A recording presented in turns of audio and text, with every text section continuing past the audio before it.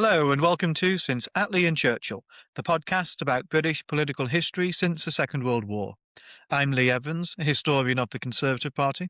And I'm Richard Johnson, a historian of the Labour Party, and Lee's husband. In each episode, we will be chewing over delightful morsels of British political history. In this episode, we're looking at somebody who, I think it's fair to say until the last couple of weeks, was not especially well known at all. In fact, I'll be the first to throw my hands up and say he was not known to me at all, and that is Sir Patrick Duffy, who has died at the remarkable age of 105, the longest living Member of Parliament ever. In this episode, we're going to be looking at what we can learn from his life, which spans a huge amount of the 20th century from the general strike and takes us right into the 21st century with the premiership of Sir Keir Starmer. So, Richard, before we dig into his life, one of the things that did sort of strike me as a little curiosity is that many moons ago we did a podcast about Labour Lives Cut Short. In fact, we did a mini-series on Labour Lives Cut Short. And one of the things I commented upon in that was that in recent decades, Labour MPs have been much more likely to die in office, triggering by-elections. And some of the most prominent MPs to die in office were on the Labour side. So in that mini-series, we spoke about Hugh Gateskill, the Labour leader, Tony Crossland, the Labour Foreign Secretary, and also John Smith, the Labour leader, all of whom died before their time and whilst holding a very senior office either in their party or in government. But it seems that socialism doesn't just cut your life short, it could also extend it by quite a great deal. Because Duffy is the longest ever lived MP, and I think in acquiring that title, he eclipsed another Labour MP. That's right. So before Patrick Duffy, the longest lived former MP was Ronald Atkins. He was the MP for Preston North in the 1970s. And Ron Atkins, who went on to be a councillor after being an MP in Preston for many years, lived to be 104. He was born in 1916, which was the same year that Harold Wilson was born, and he lived until 2020. Now, Ron Atkins was on the left of the party, and Patrick Duffy was on the right of the party. So it doesn't matter what shade of socialism you have, socialism is good for your health. And Patrick Duffy, I think it's just worth thinking about this. Patrick Duffy was born in June of 1920, and he lived into January of 2026. He was 5 years older than Tony Benn, 5 years older than Margaret Thatcher, 6 years older than Queen Elizabeth II. He was born when the UK was literally a different country. When he was born, it was called the United Kingdom of Great Britain and Ireland. No northern in that name at that stage. And friends described Duffy as something of a historical jukebox. You could put your coin in and he'd tell you some kind of anecdote from this vast range of over a century of personal knowledge and involvement in politics, from, as you mentioned, his earliest political memories, the general strike of 1926. But he can remember seeing Oswald Mosley speak in the 1930s. He remembered seeing Clement Attlee speak. Of course, he knew Harold Wilson and Jim Callaghan. He also knew Margaret Thatcher, right up until the premiership of Keir Starmer. So this is a man who I think is almost unique in having lived through every single Labour government that has ever existed since the very first Labour government in 1924. I think his life also tells us something about how our country has changed, of course, but also how our politics has changed and how our political parties have changed as well. Some of the things that we'll unpack about Duffy and his life and his views really make him seem like an outlier in some respects today, certainly within the Labour Party, but arguably within any government as well. So, Richard, to kick us off, let's go back to the beginning and his birth. The name Patrick Duffy rather gives away some Irish heritage. But Duffy himself wasn't born in Ireland, anywhere on the island of Ireland, even though, like you say, when he was born, it was still united and all part of the United Kingdom. So how did the Duffys come to Great Britain? And what was his early life like? Well, Pat Duffy's parents were both born in Ireland. They were from County Mayo. They were from the same village, but apparently opposite sides of the village. And like many Irish people who came to England in the 19th and 20th century, they came for better economic prospects. My grandfather came to England in the 1950s from Ireland as a bricklayer looking for work, and Pat Duffy's father came to England and became a miner in Wigan, where Pat Duffy was born.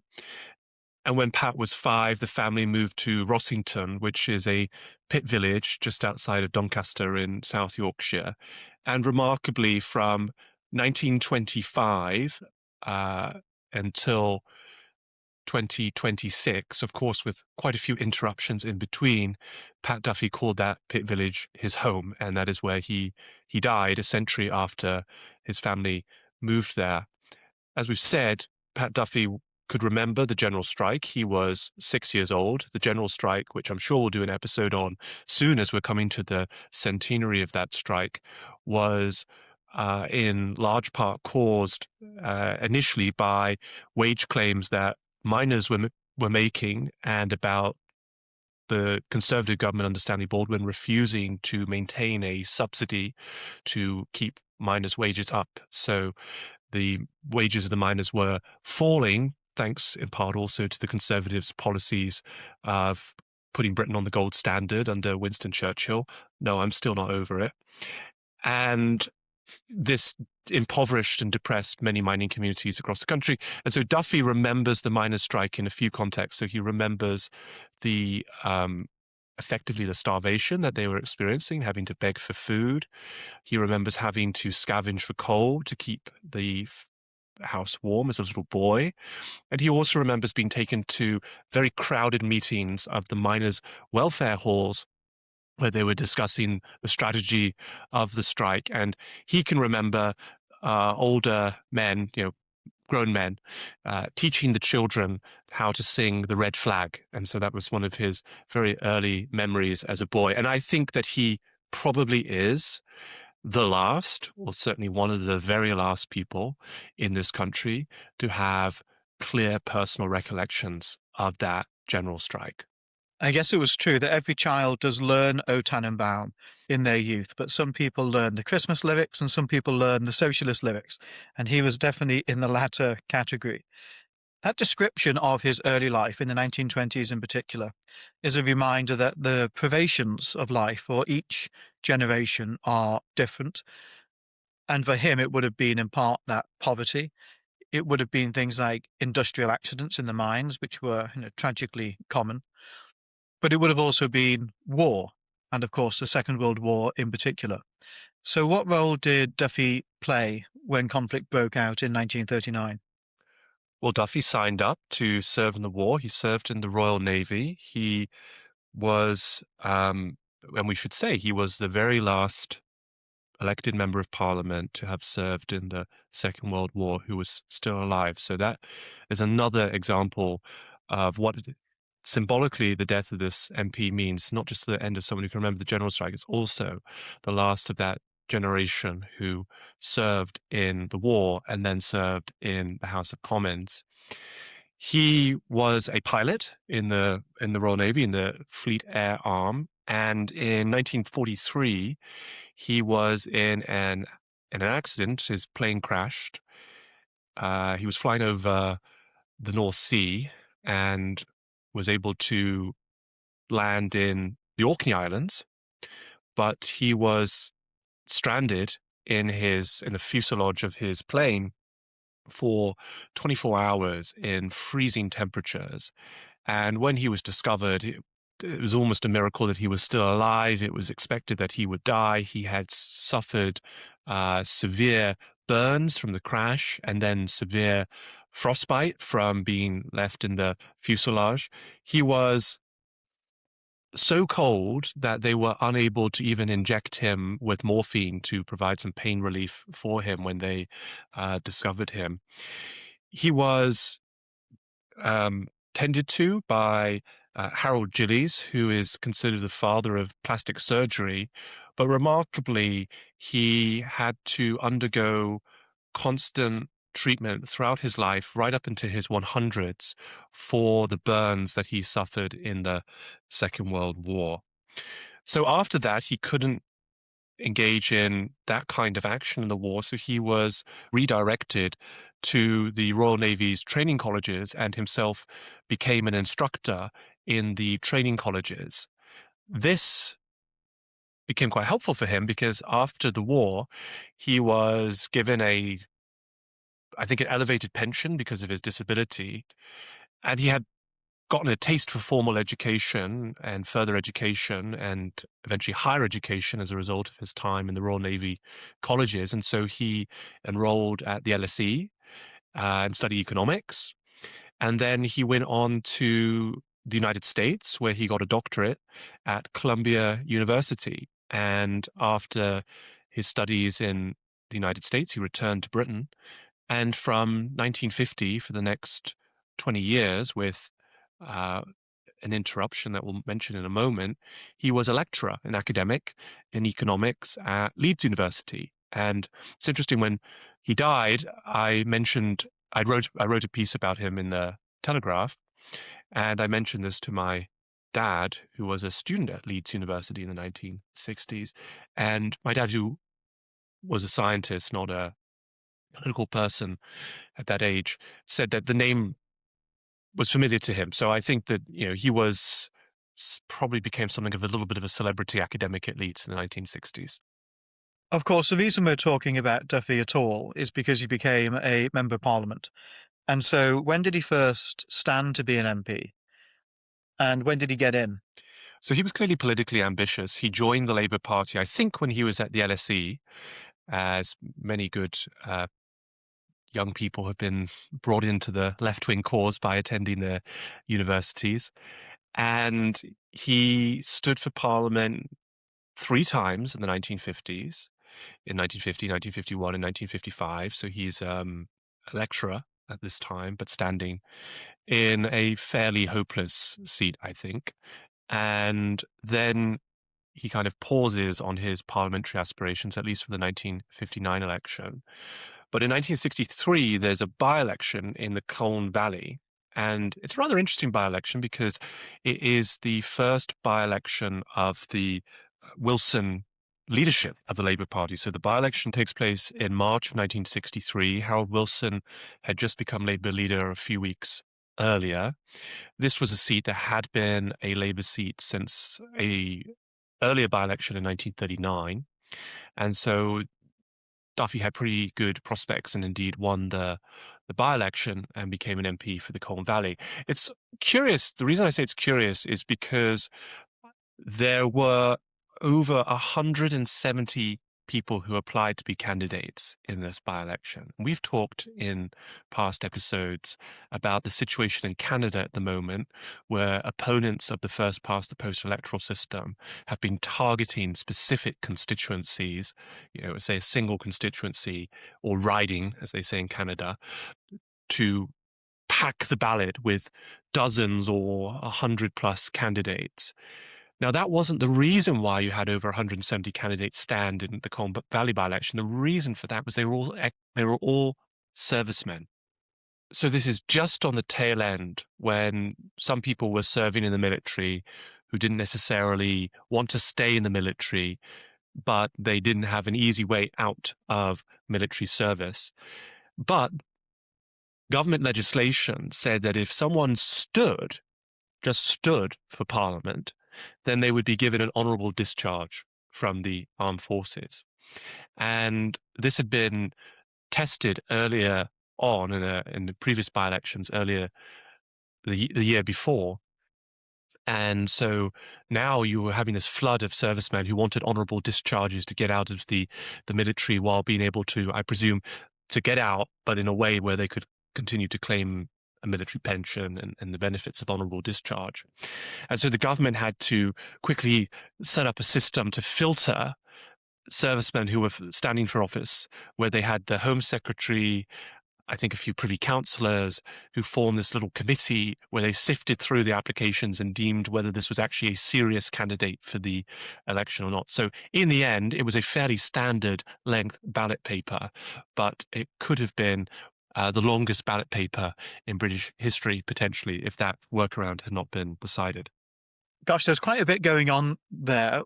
Part of it is it's interesting that he stands 3 times as a paper candidate, basically as a no-hoper in the same seat.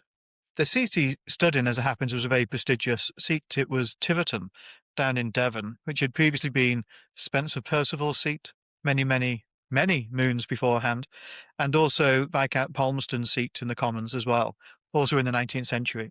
And at the time, it was Derek Heathcote Amory's seat, who would go on to be a Chancellor of the Exchequer in the Macmillan government. But the thing I actually wanted to ask a little bit about is this thing about honourable discharge and trying to be a parliamentary candidate is interesting and quite curious, because the final call-ups for national service are in 1960. And by 1963, it really is just working its way through the end of the system, really. So it's just the final people are being discharged. So it's quite curious that there's this great rush at the end to get out, particularly when there's not an imminent or ongoing war, unless there was some internal fears among people who are on national service that either the escalating nuclear tensions may put them in harm's way in the imminent future, or indeed what the United States was beginning to do in Vietnam may end up escalating. But that strikes me as being quite curious. So I just wanted to check on a technical point. Was it that 174 people tried to actually get their names on the ballot? That wasn't just a number of people who tried to be the Labour candidate? That's correct. So they tried to get their names on the ballot, presumably as independents, not with party sponsorship.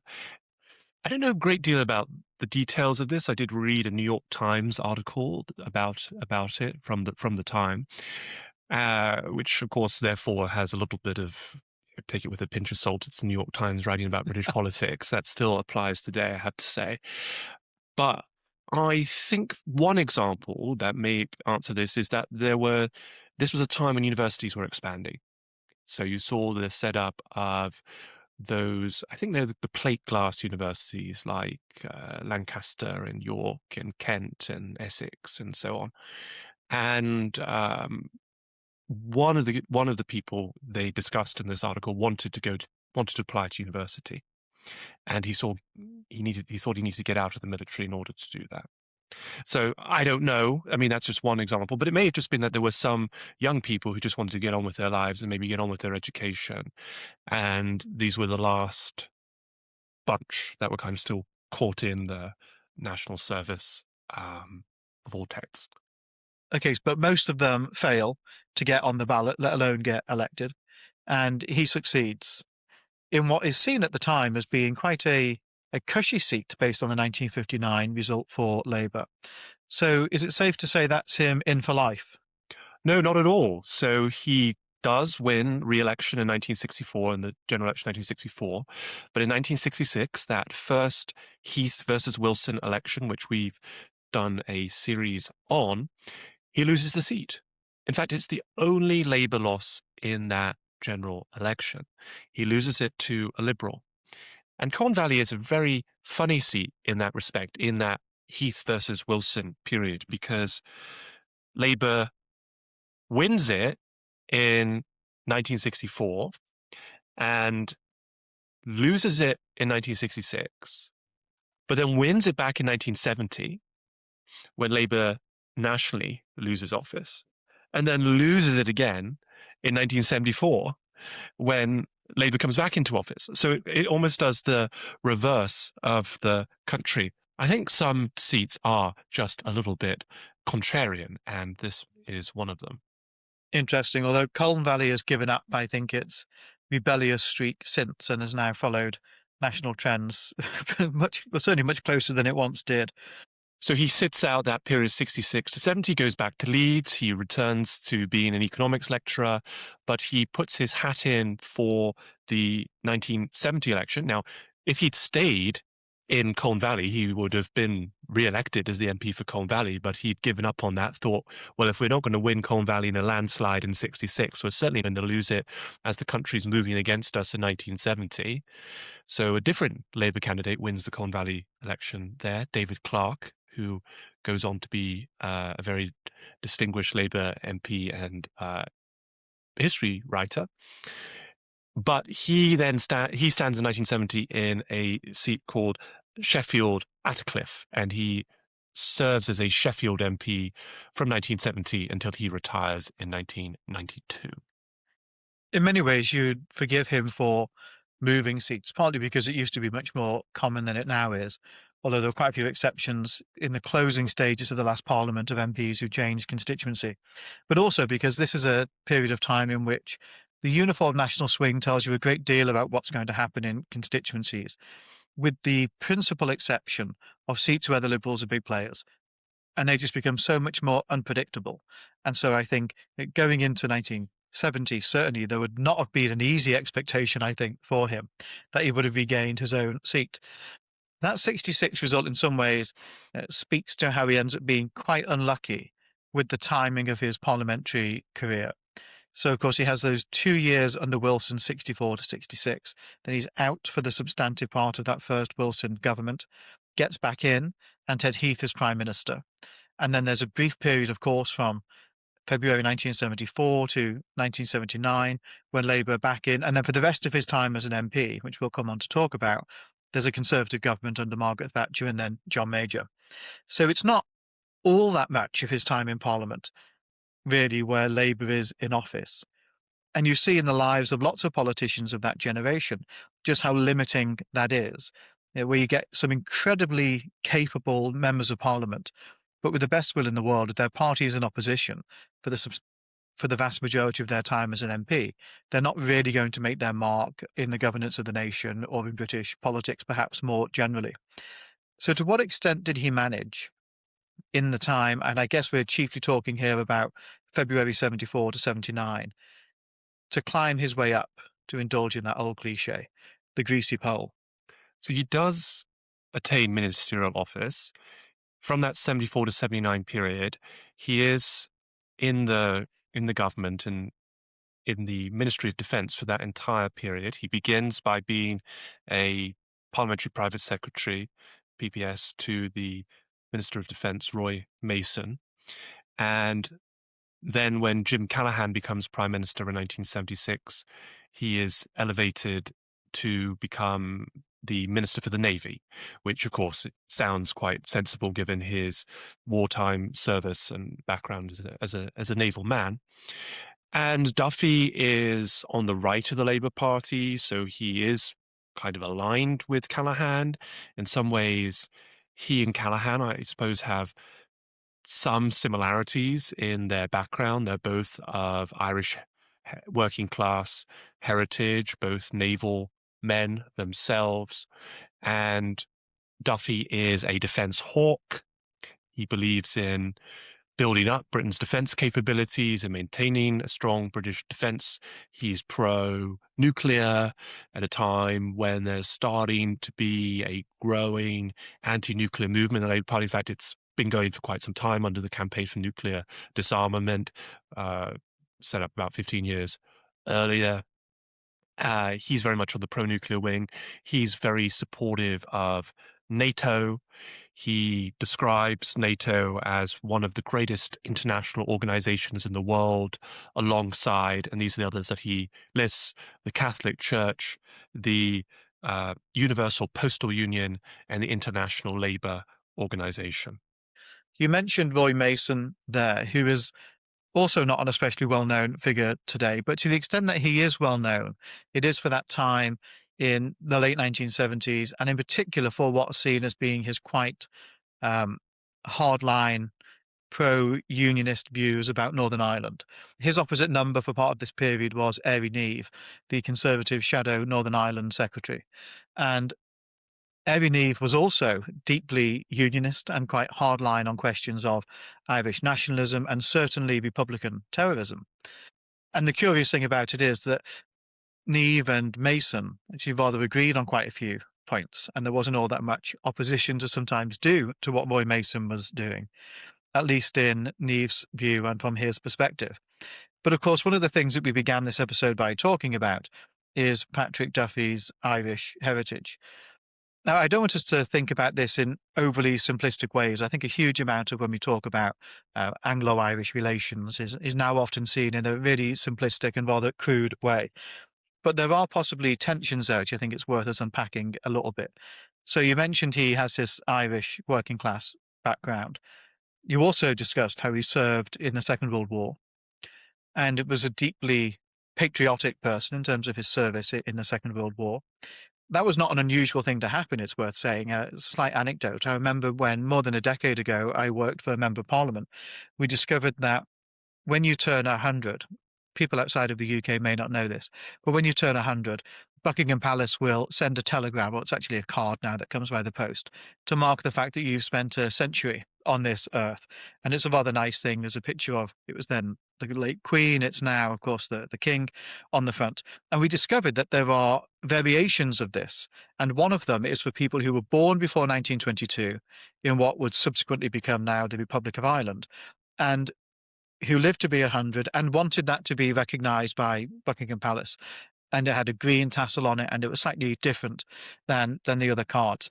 And I learned about that because of a particular case where somebody who was born before partition in Ireland had fought for Britain in the Second World War and was actually, in my view, mistreated when he went back to Ireland after the war for his service in what was one of the most noble fights of the last century, or any century, the great Allied effort to defeat fascism, which of course was an effort in which the Irish state was technically neutral. And it was very much frowned upon that there were people who went to fight for the British.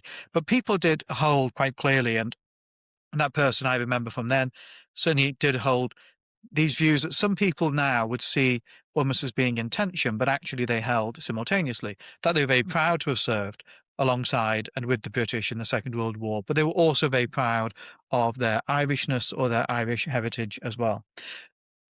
All of which is to say, how did these thoughts, these tensions of identity, play out in the politics of Duffy? Much later in his life, Patrick Duffy wrote a book called Growing Up Irish in Britain and British in Ireland, which speaks to those tensions, I suppose, of identity or overlapping identities. Just first on your point about Roy Mason. So Roy Mason is Defence Secretary under Harold Wilson and then becomes Northern Ireland Secretary under Jim Callaghan. And it's while Mason is Defence Secretary that Duffy works for him as his PPS.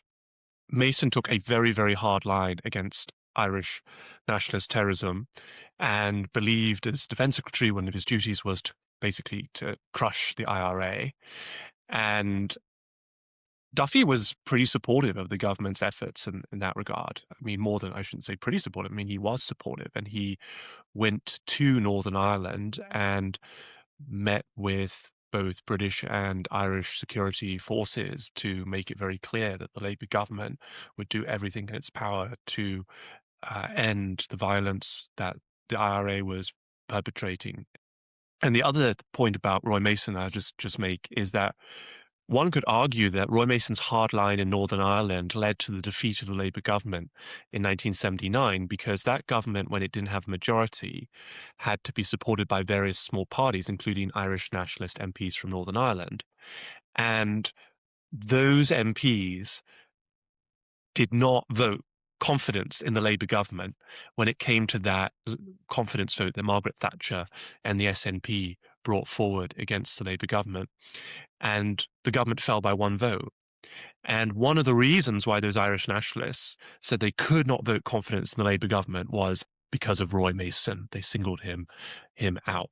But Mason and Duffy were allies, and one article I read from that period described them as best buddies. That sits alongside, as you've alluded to, the fact that Duffy was someone who viewed himself very much as Irish in Britain.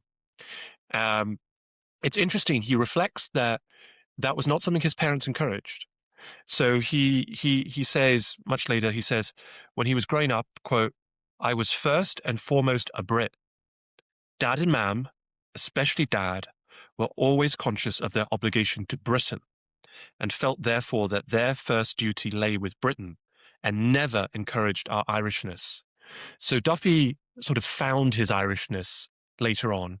He sort of alludes to an initial spark of interest in his Irish heritage when he's a boy, a child, and goes on a holiday to see his grandparents in Ireland, and his family members say to him, welcome home. And he feels very touched by that. But really, it seems to me that it's as an adult, he develops this kind of romantic vision of the old country and views himself as very much tied to Ireland. And throughout his adult life, he goes to Ireland, he buys a home, or he acquires a home in Ireland that he spends a lot of time in.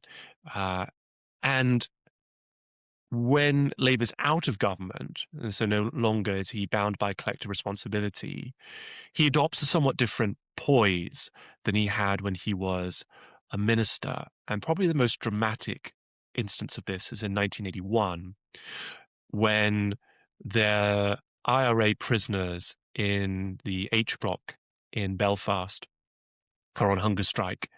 They are demanding to be treated as political prisoners rather than as violent criminals. And if you're a political prisoner, you are entitled to different treatment, better treatment than if you're just a street criminal. And one of those men on hunger strike, Bobby Sands, stands for Parliament from prison and is elected to Parliament. And the Conservative government takes a very hard line and says, we are not treating them as political prisoners. They are violent criminals. And the Labour Party, under Michael Foot, takes the same position. Michael Foot says that if we recognize these men as political prisoners, then we're going to encourage more people to sign up and join the IRA, right? Including in prison. You're going to get more and more people who are actually just violent gang type people saying, actually, I'm a political prisoner, and it could actually backfire and encourage more political violence in Northern Ireland. Duffy is very, very angry about this position, and he stands up in the House of Commons and he accuses the Thatcher government of moral bankruptcy and says that the death of Bobby Sands and the other H Block prisoners who are on hunger strike will, quote, will be due to your intransigence. And he's met with fearsome reaction from his fellow MPs. They call him disgraceful, disgusting. And the Labour front bench, one of the parliamentary sketch writers writes, sort of turn around in horror to hear him basically blame the Prime Minister for the deaths or the coming deaths of these protesters. And I thought the Telegraph's political sketch writer sort of captured the surprise that they felt about this right wing, on the Labour Party terms, defence hawk, now defending IRA prisoners. Edward Pearce, he writes that finding Duffy, quote, a hard national interest sort, arguing for Irish unity and in defence of the IRA prisoners, quote, was like finding grandma at the centre of a drug ring. It's curious, and I think you still see it playing out now, really, about how successive generations after an act of immigration respond to their historic family identity. You know, I grew up very near Liverpool, and some of my grandparents were Irish. But the curious thing is that they never went back to Ireland, to my knowledge, and they never really spoke about being Irish. And being Irish was not a big part of their identity. Same with my grandfather. He only went back once for his brother's funeral. And it's curious that now it's the children and often the grandchildren of that generation who will feel the most Irish aligned almost, you know, who you will see most engaged in, say, St. Patrick's Day event in Liverpool and thinking of themselves as being Irish. And he's clearly a manifestation of that, as it's not necessarily the generation who grew up and lived there and then moved who feel that great pull to a homeland. It ends up being their children. Although I am, as it happens, an exception to that. I would never think of myself as being Irish, and I think it would be rather ludicrous for me to say that I was. But the question I wanted to ask then, did this mean that he was a full-blooded Irish nationalist in the sense that he wanted unification of the island of Ireland? Yes, as far as I know, his view was that he wanted Irish unification. He wanted the North and the South to be united as an independent republic, which is pretty remarkable also when you think about Duffy is later knighted by the Queen, Elizabeth II, in the 1990s for his service to NATO. He becomes a member of the NATO Assembly. He becomes a chair of the NATO Assembly. And of course, Ireland is not in NATO. He believes NATO is so important, but Ireland will not join NATO as part of its, in my view, rather dubious policies of neutrality. And so he gets he's Sir Patrick Duffy, thanks to Queen Elizabeth II, who he had enormous affection for. So you see that these feelings are complex, and he is able to simultaneously hold them.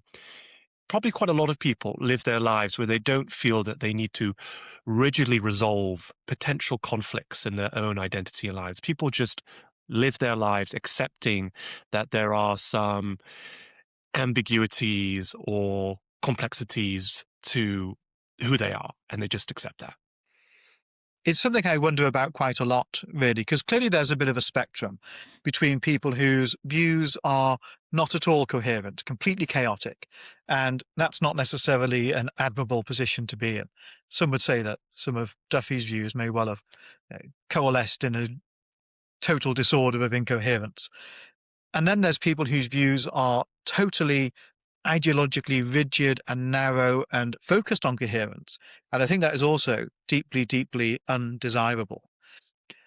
And Duffy's views, I guess, to the extent that they are incoherent, and clearly there's lots of seeming contradictions there, they're at least honest in that I think almost all of us have views about politics that have a mix of inherited positions to some degree, but mostly just things that we pick up along the way, experiences that we have or that we see that we react negatively to, institutions or people that we develop an affection for, all just bundled together. I think that's very often how our political outlooks appear. And it's rarely driven by a strict sense of ideological coherence, because we don't acquire our political views in a way that obviously lends itself to that. And I think you certainly see that with Duffy and with his life. And actually, I generally think that the search for ideological coherence often leads people to having views that are so falsely or artificially stratified that they end up being almost absurd and acquiring a sense of unreality when they actually meet the world as it is, rather than as people wish it was. But whilst I think that, clearly having views which appear contradictory or incoherent is an issue in politics, because part of the job of a government is to try and come up with a legislative program and an agenda for a country that you, roughly speaking, want to hang together as part of a general direction of travel for the country. Well, I think today we sort of assume that if you hold a position on one issue, that you're going to hold a set of other positions on actually quite different issues, because you want to have this kind of ideological coherence.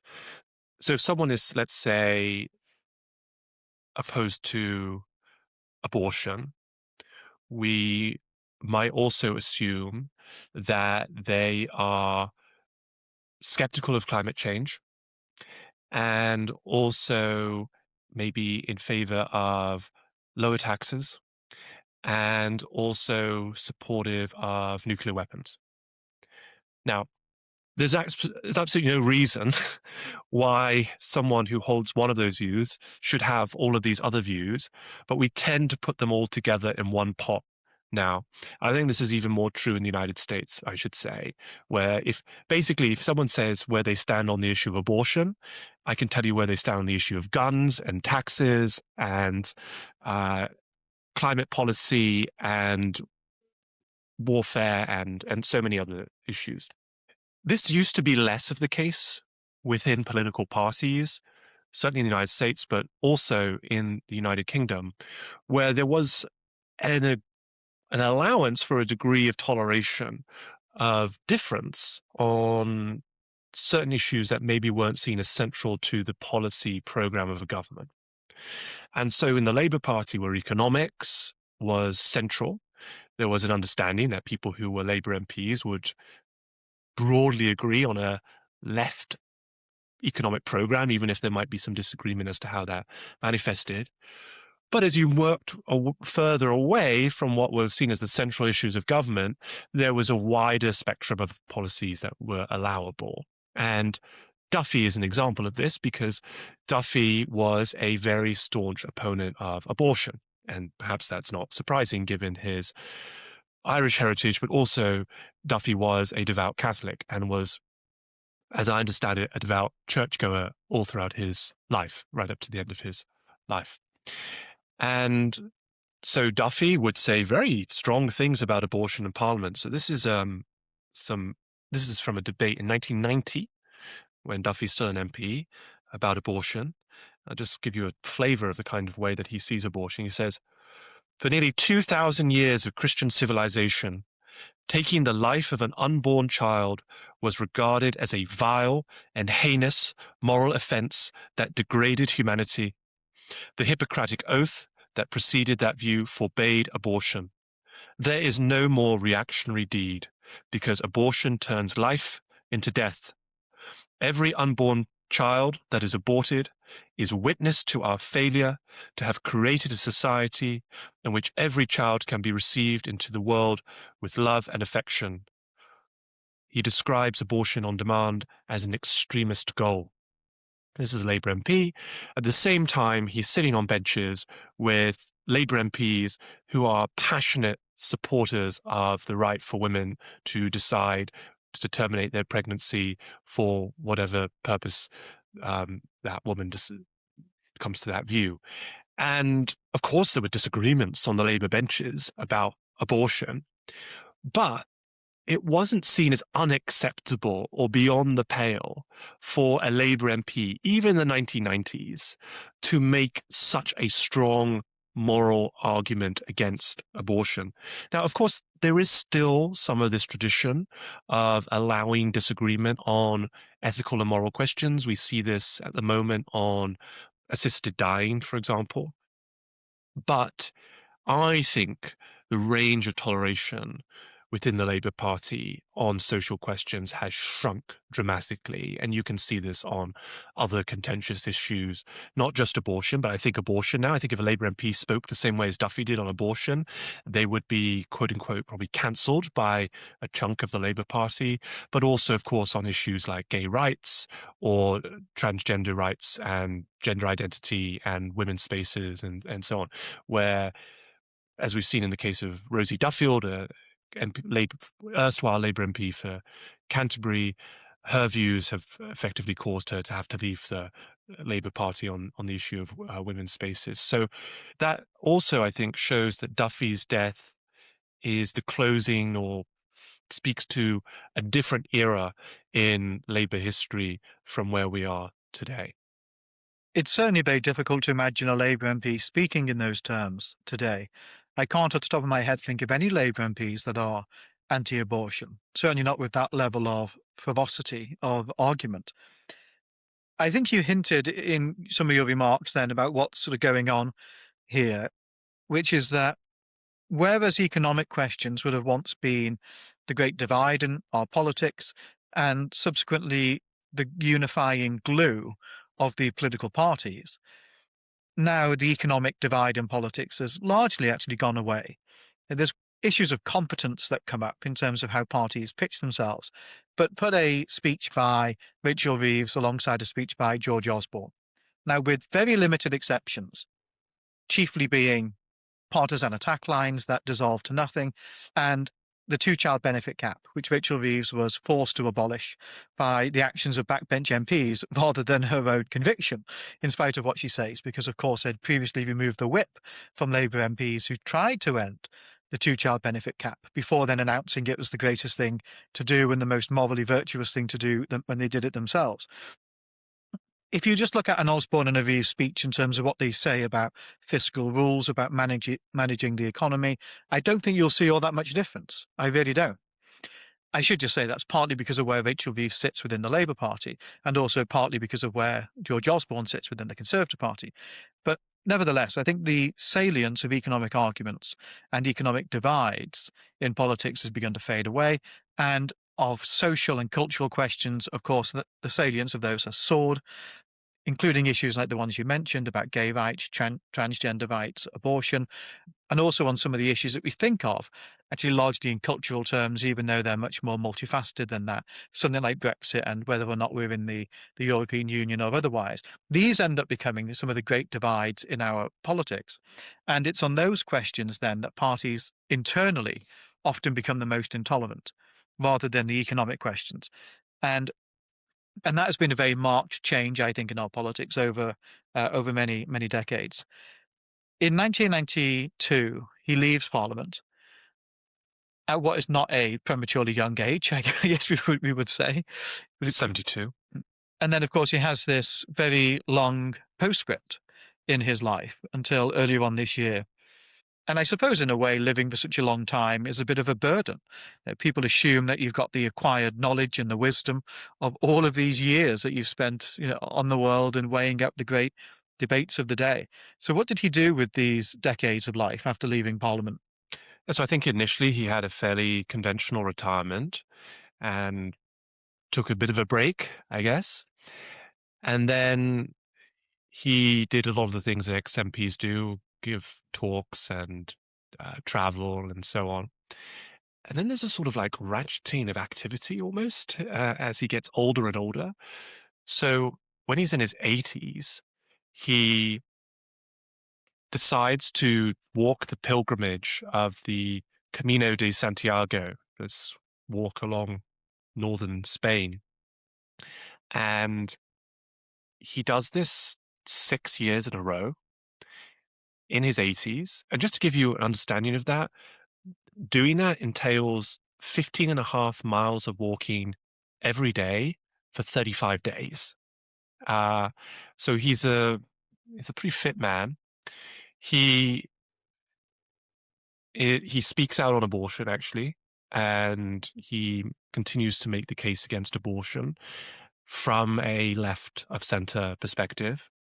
He's eventually given a second knighthood, this time not by the Queen, but by the Pope. So in 2017, the Pope gives him a knighthood for his services to the Catholic Church, and I think in particular on the question of standing up for, as the Church would see it, the unborn. And in 2016, he votes in the EU referendum, and even though he'd been a pro-common market MP, he comes to a different view in 2016 and votes out. He votes to leave the EU. He thinks it's a spent project, basically. And then, when he's in his 100s, he starts writing books. And so I think he writes his first book maybe in his 90s, but he writes more books in his hundreds. And so at the age of 103, he publishes a book about his life, and he is believed to be the oldest published male author possibly in the world. Maybe one of our listeners can tell us someone who's older than that. He never married. He never had children. He did remain close to his family. So his sister, who also lived to a very advanced age, lived next door to him. He lived independently, as in he lived in his own home his whole life. He had 3 dogs that he was looking after in his 100s. And he put down his longevity to the fact that he liked long walks, never smoked, and had faith in God. And whether that is the secret to a long life, I'm not sure. But it certainly worked out in his case, living to the age of 105. Well, I believe in God and I've never smoked, but I need to dig out the walking shoes, I think. To wrap us up, Richard, we've framed this podcast around what lessons can we learn from the life of our longest lived MP. And clearly there are some that really stand out. For me, there's that question about coherence of views and the way different conflicting views can be held simultaneously, both in tension, but also arguably in practice in harmony as well. There's much to be said for the benefits of long walks. But I wonder, what lessons do you really take from his life? And particularly, what conclusions you draw about the way in which the people who were drawn to the Labour Party and who the Labour Party now houses as members of Parliament may have changed over the years? I think what Duffy shows is that you can be true to your core convictions, and that there will be certain core convictions that you need to be prepared to stand up for and speak for, even if they make you unpopular. I would say even especially if they make you unpopular with your friends. In some ways, that's the hardest. It's easy to take criticism from people who are your political adversaries. It's harder to take criticism from people who are your political friends. But Duffy showed that sometimes you must do that. At the same time, Duffy showed that you do not need to be rigidly dogmatic, and that sometimes there are places where you have to, I don't know, make compromises, accept a difference of opinion, work with people you don't necessarily see eye to eye with, but for the cause of a greater good, or where you try to seek compromise. I think his friendship with Roy Mason is a really good example of that, where they were not just colleagues, but allies and friends in the party, even though they saw really diametrically opposite views on the question of Northern Ireland. And overall, what I think that means is it's a politics that is both a principled politics, but also a generous politics with a generosity of spirit and toleration. And I hate to say it, but I just feel that our politics today, I speak particularly from the Labour perspective, as it's the one I know best, feels that both we are often lacking people who speak from their core principles, and we are also lacking from a certain generosity of spirit to people with whom we have disagreements with on issues that we might feel very, very passionately about. But actually, if we are to work together, both in politics and in society more broadly, then we need to see beyond those differences to have a harmonious country that we inhabit. We finish, as ever, with a discussion of the books that we're reading at the moment. I'll go first. So this week I've been reading A Sparrow's Flight by Lord Hailsham. So Hailsham was one of the great lives of the 20th century. It was a life of remarkable privilege. His father was a member of Parliament and then a hereditary peer. He himself went to Eton and then Oxford. He was a prize fellow at All Souls College. He was called to the bar, and then he would become an MP, eventually inherit his father's peerage, disclaim it in order to try and seek the premiership and become Prime Minister of the country, and then would subsequently end up as a member of the House of Lords again. He wrote this book in 1990. At the end of his career, he had come back as Lord Chancellor under Margaret Thatcher, having been in the governments of Harold Macmillan and Alec Douglas-Home. And what I would describe this book as, and I'm enjoying it a great deal, it's a little bit like sitting down in a very comfortable armchair with one of the most remarkable, storied, and agreeable old duffers that you've ever known. And I mean all of those words as a compliment. And they're holding court 10 minutes at a time on some issue in their lives, whether it's the question of elitism and Eton, whether it's a matter of how he tried to become Prime Minister in 1963, and how he rationalised the decisions that he had to make around that of disclaiming his own father's title. And for those 10 minutes or so, you're enthralled by everything that it is that they're saying. And then suddenly you turn around and you realise that they've nodded off. So each chapter is quite short, sometimes comes to quite premature sort of conclusions, but is packed full with the sort of wisdom that is far from infallible. There's plenty that I would disagree with or that readers would disagree with, but which is from a perspective that you can only acquire really from, I think, a long life, a life that has been really steeped in severe learning. He talks about in his youth, the amount of reading that he did, the amount of studying that he did, both at Eton and at Oxford, and a life that has seen politics from every conceivable angle. When you're on the up, when you're on the down, when you're plateauing and don't really know how to change your own fate. It's a great book from somebody who is maybe not that well remembered now. He would have been for a certain generation of people who certainly observed politics in the 60s when he was one of the great darlings of the Conservative Party grassroots, and also people who observed politics in the 1980s as well, when he was sat on the woolsack in the House of Lords and a member of Margaret Thatcher's cabinet.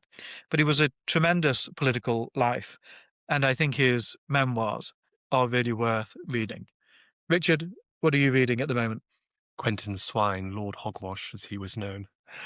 Um, Not to his friends.